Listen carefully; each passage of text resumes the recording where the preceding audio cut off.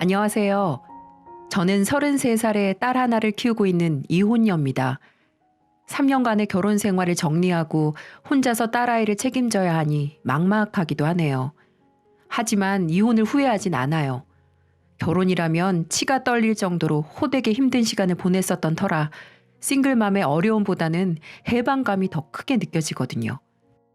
오늘 제가 여러분들에게 해드릴 이야기는 이혼을 하고 나오면서 남편과 시댁 식구들에게 통쾌한 복수를 하고 나온 그 이야기를 들려주고 싶어서 이렇게 글을 쓰게 되었습니다. 일단 저와 제 남편은 가게 손님과 주인으로 처음 만나게 되었어요. 구청에 다니고 있는 저는 입사 시기가 비슷한 여직원들과 함께 어울리며 맛집들을 찾아다니곤 했었는데 그중 한 식당에서 카운터를 보던 남편과 처음 만나게 되었죠. 동료들과 점심을 먹고 계산을 하는 척 하면서 남편은 영수증 뒤편에 무언가를 쓰더니 제게 주더군요.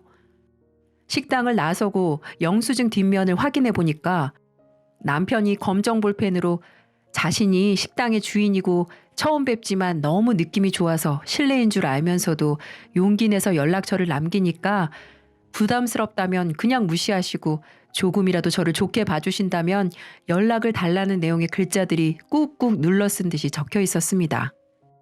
저는 이런 남편의 행동이 무척이나 귀엽게 보였어요.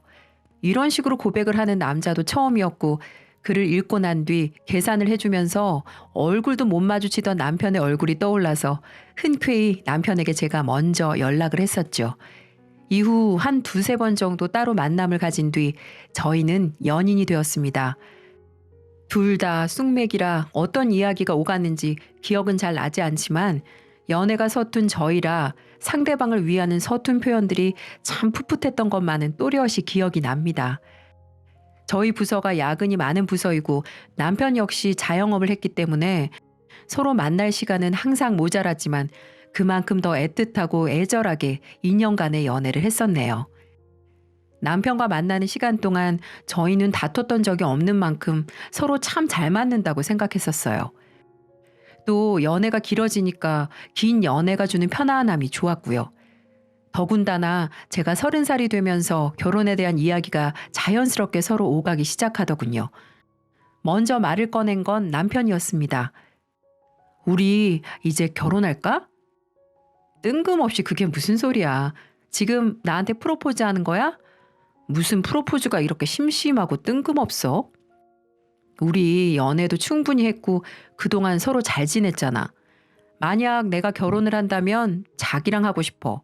자기는 어떻게 생각해? 프로포즈를 할 거면 제대로 준비라도 하고서 말해. 그리고 결혼이 연애가 길면 무조건 하는 건가?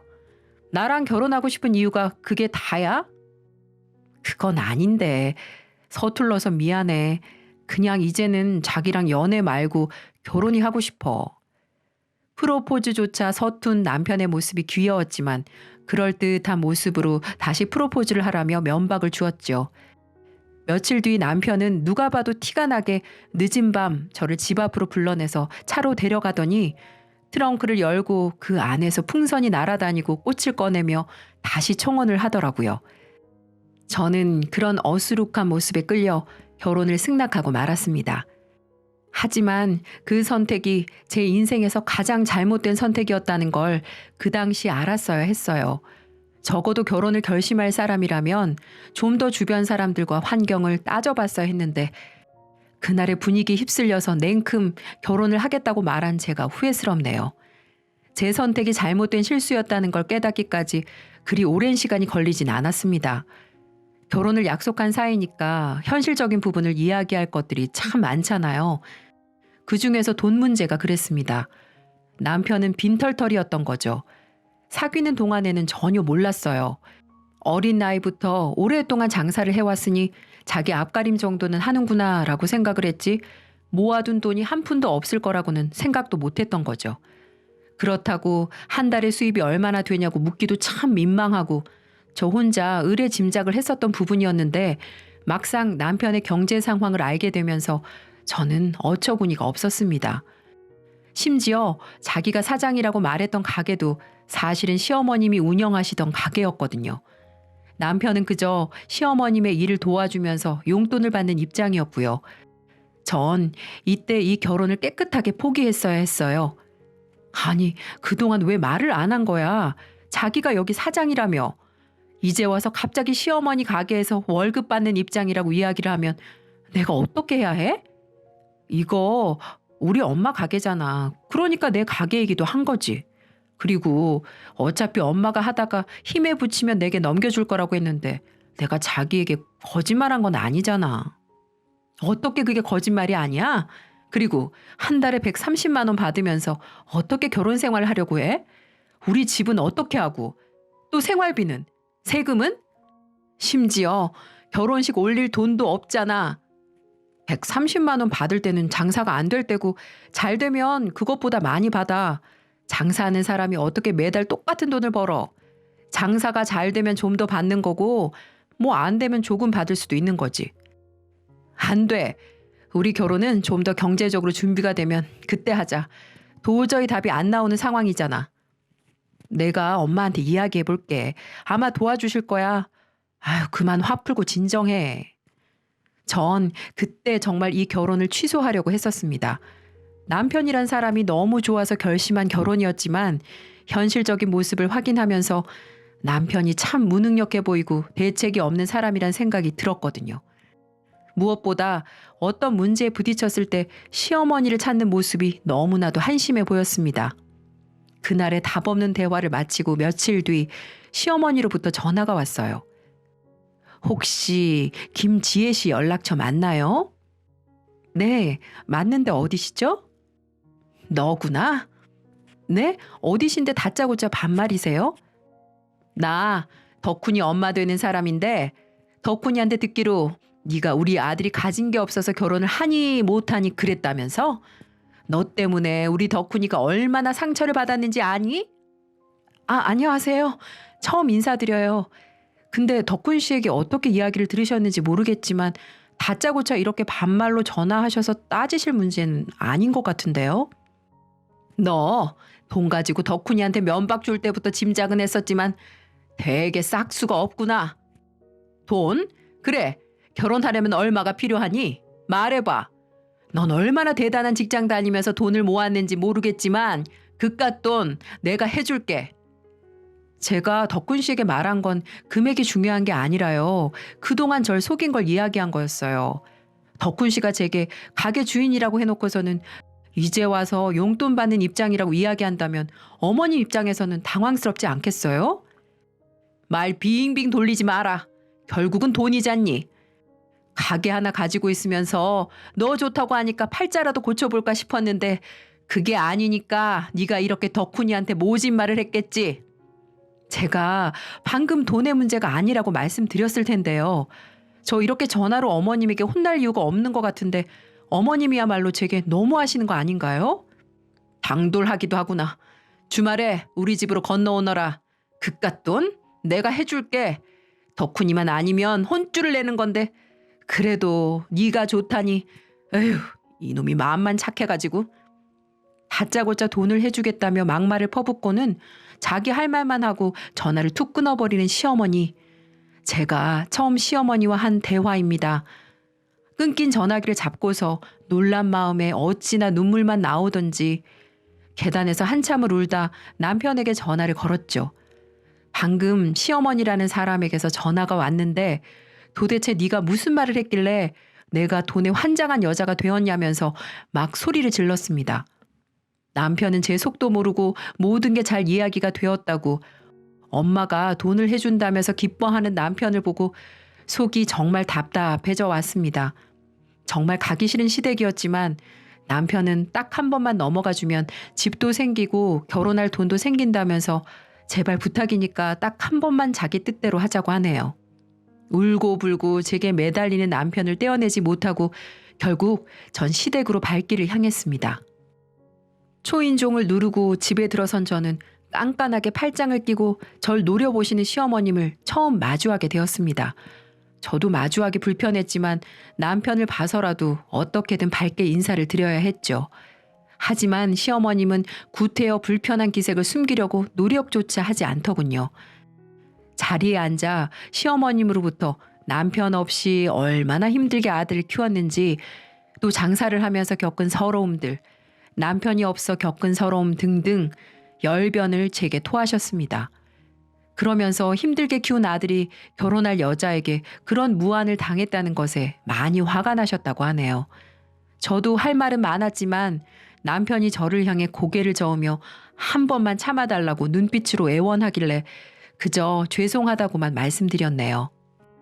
고분고분 말을 듣는 제 모습을 보고 조금이나마 화가 풀어지셨는지 시어머님께서는 제게 통장 하나와 어떤 문서 하나를 건네시더라고요. 내가 우리 덕훈이 장가 갈 때 주려고 조금씩 모아뒀던 돈이다. 이걸로 결혼식이며 예물이며 알아서 하고, 이건 우리 빌라 2층 매매 계약서야. 원래 내 이름이었는데 덕훈이 이름으로 바꿔놨으니까 여기서 살림을 시작하면 될 게다.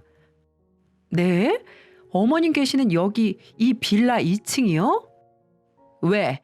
같이 지내기 싫으냐?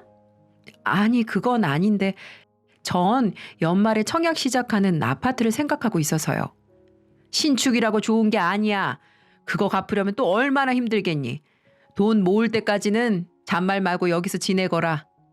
전 이대로 넘어가면 꼼짝없이 시댁 아래층에서 살아야 하기에 어떻게든 반대를 하려고 했지만 그때마다 남편이 또 말을 끊더군요. 결국 집 이야기는 하지도 못한 채 시댁을 나섰고, 남편은 엄마 말이 맞다면서 아이가 생길 때까지만 여기서 지내고 한 푼이라도 모아서 아파트로 나가자고 하네요. 정말이지 이렇게까지 해서 결혼을 해야 하나라는 생각이 왜 그땐 안 들었을까요? 정신없이 몰아치는 상황, 그 상황을 넘기다 보니 이 결혼이 타당한지에 대해 고민조차 하지 않고 그저 흘러가듯이 결혼이 이루어졌던 것 같습니다. 결혼 준비는 시어머니께서 마련해 주신 돈 덕분에 부족함 없이 준비를 했었어요. 꽤나 큰 금액이었거든요. 한 주 한 주 예물이며 웨딩 사진이며 정신없이 준비를 하고 정신 차려보니 저는 어느새 결혼식장에 서 있더군요. 그렇게 저의 지옥 같은 결혼 생활이 시작되었고요. 남편과의 결혼 생활은 처음부터 좋았던 적이 없습니다. 시어머님의 간섭과 남편의 우유부단함 때문에 매일매일이 고통이었죠. 시어머님의 간섭은 신혼여행에서 돌아와 시댁에 인사를 드리러 갔을 때부터 시작되었습니다. 갓 신혼여행에서 돌아온 저희에게 시어머님은 앞으로 저희들이 해야 할 계획들을 혼자 세워두고 계셨거든요. 예, 지혜야. 이제 우리 집 며느리가 되었으니 시어머니로서 몇 마디 할게. 먼저 결혼까지 했으니 직장부터 당장 그만두거라. 이제 아이도 갖고 가게 일도 도와야 하니 직장부터 그만두고 아이는 오래 넘기지 말고 꼭 가졌으면 한다. 너도 이제 30살이니 나이가 젊지는 않잖니. 더 늦어지면 아이가 안 들어서니까 아이부터 먼저 하나 갖고 내년에는 가게를 좀 더 넓히는 게 좋겠구나. 이리저리 바쁠 테니까 네가 많이 도와주렴. 저는 절대 직장만큼은 그만둘 수가 없습니다. 어렵게 공부해서 들어간 곳이고 그만큼 제가 하는 일에 자부심을 가지고 있던 터라 직장을 그만두는 것만큼은 절대 양보할 수가 없었죠. 어머님, 직장 그만둘 수 없어요. 제가 정말 좋아하는 일이고 요즘 공무원 하기가 얼마나 힘이 드는데 이런 곳을 그만두라뇨. 정년까지 딱 보장되는데 절대 그만둘 수 없어요. 네가 벌면 얼마나 번다고 유세니? 앞으로 돈 들어갈 일이 태산인데 그냥 이 시애미가 하는 일이나 도우면서 일이나 배워. 신혼여행에서 돌아오자마자 저는 시어머님과 시댁에서 대판 싸웠고 눈물까지 보이며 완강히 버틴 덕분에 시어머님이 결국 한 발 물러나셨습니다. 하지만 자녀 계획만큼은 절대로 포기하지 않으셨죠. 뭔지도 모를 이상한 약을 저희 집으로 내려보내기도 하면서 챙겨 먹기를 강요하고 저는 시어머니 몰래 그 약들을 버리기 일쑤였고요. 전 남편에게 단호하게 말했어요. 아직까지 아이 계획은 없으니까 몇 년만 더 있다가 갖자고. 피임하지 않으면 관계도 없다면서 단단히 못을 박아두었죠. 그런 제 노력이 무색하게 결혼 3개월 만에 임신을 하게 되었어요. 전 주기가 비교적 정확한 편이라 생리가 몇 주나 늦어지면서 의아해했죠. 왜냐하면 정말 철저하게 피임을 했었거든요. 처음에는 시어머님에게 받은 스트레스 때문인가 생각했는데 테스트기에 뜬 두 줄을 보고 정말 믿을 수가 없었어요. 얼마나 피임에 신경을 썼는데 임신이라니. 아이가 생겼다는 기쁨과 설렘보다는 좌절과 걱정이 먼저였습니다. 임신 사실을 남편에게 전하니까 제 반응과는 정반대로 무척이나 기뻐하더군요. 알고 보니 제가 어느 날 구청 사람들과 회식을 하다 만취가 되도록 술을 먹은 날이 있었는데, 하필 그날에 남편이 피임을 안 한지도 모르고 하룻밤을 보내다가 해가 들어서게 된 거였어요. 원래 술을 잘 먹지도 않고 잘 마시지도 못하지만 그날 회식은 같이 친하게 지내던 언니가 일을 그만두게 되어서 송별회 겸 해서 회식을 하는 자리였는데, 너무 그 언니랑 헤어지기 싫은 나머지 언니랑 이런저런 얘기를 하면서 술잔을 기울인다는 게 제 주량을 넘어서고 만 거였어요. 물론 늦게까지 자리를 하다 보니 그날은 남편이 절 데리러 왔었고요. 근데 남편이 절 속이고 피임을 안 했을 거라고는 생각도 못 했었는데, 임신 후 2개월이 지나 남편의 말을 통해 알게 되었습니다. 여보, 우리 꼬물이가 진짜 복덩이인 것 같아. 꼬물이 생기고 나서 장사도 예전보다 훨씬 잘 되고, 엄마도 걱정거리가 줄어들어서 얼굴도 밝아지셨고, 진짜 좋은 일들만 생기는 것 같아. 그렇지. 하지만 난 걱정이 더 많은데, 아직 우리 둘 준비도 안 됐고, 결혼하자마자 임신이라고 하니 구청에서도 눈치도 보이고. 그게 무슨 걱정이야? 일이야 쉬면 되지. 엄마 말만 들으면 우리 아무 걱정 없을 거야. 어? 무슨 말? 나 아기 낳고 일 그만두고 당신 내조나 하란 말? 아유, 옛날 분이셔서 말하는 게 고지식해 보일지 몰라도 어른들 말 틀린 거 하나 없어. 엄마 덕분에 집도 생겼지, 밥벌이하지.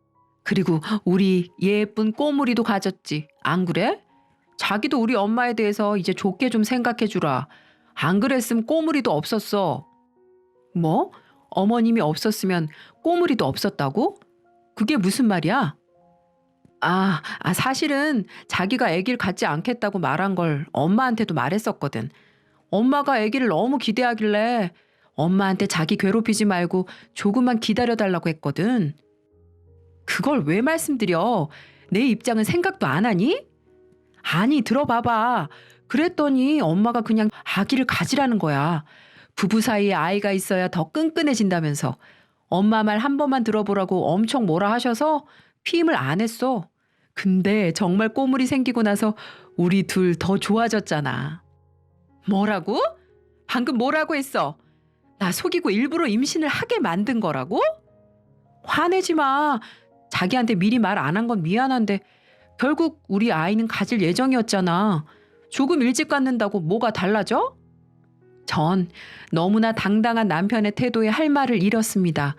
당장 뺨이라도 올려치고 싶은 걸 가까스로 참으며 남편에게 따졌죠.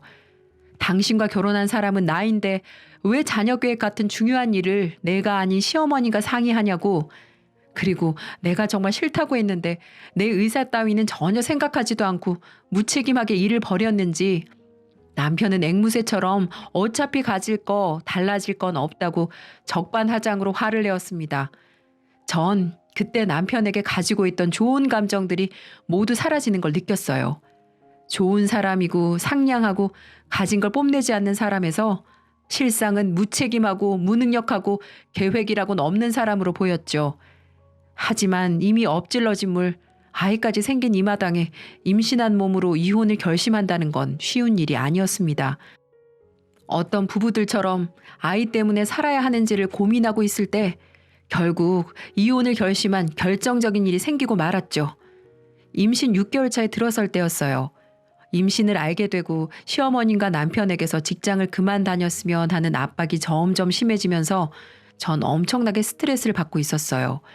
안 그래도 임신 자체로 몸이 피곤하고 힘든데 가족까지 저를 못살게 굴어대니 도저히 버틸 수가 없었습니다. 일 때문에 뱃속에 꼬물이가 잘못되면 그 죄책감은 어떻게 할 거냐는 남편의 근거 없는 잔소리에 전 결국 육아휴직을 일찍 내면서 항복을 하고 말았죠. 그렇게 정에서 나와 아주 오래간만에 집에만 있게 되었어요. 처음에는 출근을 하지 않으니 너무 허전하다가 3일쯤 지나니까 몸 컨디션도 좋아지면서 차라리 휴직을 내는 게 맞았나라는 생각이 들 때 시어머니로부터 연락이 왔습니다. 집에만 있지 말고 가게에 나와서 일이나 도우라는 연락 말이죠. 애지중지하는 손자 때문에 편한 사무직을 못하게 하던 시어머니가 하루 종일 서 있어야 하는 식당 일을 하라는 게 모순이지 않나요? 쉬는 김에 가게 나와서 일이나 배우라는 등살에 마지못해 나간 식당에서 전 정말 종처럼 일했습니다. 주변에 관공서가 많은 탓에 점심시간이면 손님이 구름같이 몰려드는데 시어머님은 사람 쓰는 돈이 아까워서 그 많은 손님을 남편과 시어머님 둘이서 쳐내고 있었거든요. 그 와중에 제가 식당 일을 도우러 가니 온갖 일을 시키시더군요. 배는 불러오고 의자에 가만히 앉아만 있어도 숨이 조금씩 차오르는데 서빙하랴, 밀린 설거지하랴, 야채들 다듬으랴 정말 눈코 뜰 새 없이 바빴습니다. 그러면서 고맙다는 말 대신에 의자에 앉아 잠시 쉬는 저를 보고 남편은 엄마가 지금 설거지하는 거 안 보이냐, 빨리 가서 도우라고 난리를 치네요. 오히려 남편보다 손님들이 먼저 불러오는 제 배를 보고서는 많이 힘들지 않냐면서 물어봐 주셨습니다. 그러던 어느 날 주방 부엌에서 쪼그려 앉아 배수구를 뚫고 있던 제 모습을 친정엄마가 우연히 보게 되었죠. 사돈이 하는 식당이라고 친정엄마가 친구들과 함께 식사하러 식당에 들리셨는데 그곳에서 부른 배를 안고 일하고 있던 저를 보게 된 거죠. 당연히 저희 엄마는 노발대발 화를 내면서 제 손목을 잡고 친정으로 데려갔고 전 엄마와 아빠의 말을 듣고 정신을 차리게 되었습니다. 더 이상 이 결혼을 이어가면 안 된다고요. 이혼 과정은 굉장히 지저분했습니다. 이혼을 하게 되면 손자를 뺏긴다는 생각을 하는지 시어머님은 이혼을 하려거든 아기를 낳고 시댁에 두고 나가라고 하네요. 정말 시어머니의 뻔뻔한 모습에 저는 진절머리가 났어요. 합의 이혼이 되지 않아 실제 이혼까지 걸린 기간은 1년이나 걸리게 되었습니다. 그동안 출산까지 했고요. 전 제 딸을 위해서라도 저런 아빠와 할머니를 만들어주고 싶지 않아 끈질기게 이혼을 요구하고 지인분들을 통해 도움을 청했습니다. 이혼하기 한 달 전에는 시어머니와 남편이 저희 친정집으로 쳐들어와서 아이를 내놓으라고 행패까지 부리는 추태를 보이고 결국 이혼을 하게 되었네요. 전 몸도 마음도 너무 지쳤어요. 아이에게도 너무 미안하고 특히 저희 부모님께 너무 죄송스러워서 얼굴도 못 들겠더라고요. 시간이 지나면서 전 남편과 시어머니에 대한 분노가 커졌습니다. 제 인생을 망친 둘에게 복수를 하고 싶었어요. 방법은 있었어요. 제가 근무하는 곳이 바로 위생과였거든요. 시댁 식당에서 일하면서 더러운 꼴을 참 많이도 봤습니다. 더불어 관행적으로 넘어가는 일도 문제를 삼으면 문제가 생긴다는 걸 전 누구보다 잘 알고 있었죠. 그래서 전 주위 분들의 도움을 받아 5개 광고 시설에 대한 위반 사항, 식품 표기사항 위반, 휴게시설 기준에 대한 위반 사항 등등 가능한 모든 문제에 대해 민원을 제시했습니다. 시댁의 식당에 불시 점검을 나갔고 다른 동료분들과 함께 식당 문을 열어젖히며 안으로 들어서자 의자에 몸을 기대고 앉아있는 남편과 시어머님이 보이더군요. 이혼 후 6개월 만이었습니다. 구청에서 나왔다는 저희 말에 경기를 일으키며 남편은 또 이번에는 뭘 트집 잡으려고 나왔냐며 거세게 자리에서 일어났고 그 순간 남편은 제 얼굴을 보게 되었죠. 아니, 당신이 여기 왜 왔어? 나 위생과 소속 주무관이야. 여기 음식 먹고 탈이 났다는 사람이 있어서 확인하러 왔지. 그러고 보니 2주 동안 구청에서 이런저런 트집 잡으며 단속 나왔었는데 네가 그랬구나. 너 도대체 나한테 왜 그래? 우리 집 망하게 하려고 작정한 거야? 아이도 뺏어가더니 식당도 문 닫게 만들려고? 다른 곳에서 온 건 난 잘 모르고 일단 냉장고부터 볼게. 비켜. 우리 집 여기 식당 없으면 굶어야 돼. 내가 지난번에 장인어른 댁에 가서 행패 부린 것 때문에 그러는 거야? 내가 장인어른에게 사과할게. 제발 그만해줘. 그 일이랑 아무 상관없어. 난 그저 민원이 들어왔으니까 확인을 해야 해. 비켜. 시어머니는 뒤늦게 눈을 굴리며 상황을 파악하더니 제게 달려들어 욕짓거리를 내뱉으시더군요. 결국 공무집행을 방해한 일로 경찰까지 출동하게 되었고 어수선한 분위기에서 가게를 점검하기 시작했습니다. 냉장고 한 구석에서는 반찬을 재사용하려고 모아둔 통이 발견되었고 유통기한이 지난 양념들도 나왔어요. 혹시 출동해서 아무것도 건지지 못하면 어떡하지? 이런 제 걱정과는 다르게 정말 여러 가지가 걸리더군요. 그 일로 남편은 관련법 위반 사항에 대해 경찰서로 출두해 조서까지 쓰고 행정처분까지 받게 되었고요. 사실 식당이라는 게 이런 이유로 가게가 문을 닫으면 손님은 발길을 뚝 끊기 마련이죠. 다시 영업을 시작한 시댁의 식당은 결국 3개월도 버티지 못하고 가게를 내놓았습니다. 이런 모습들을 옆에서 보고 있으니 속이 후련하더군요.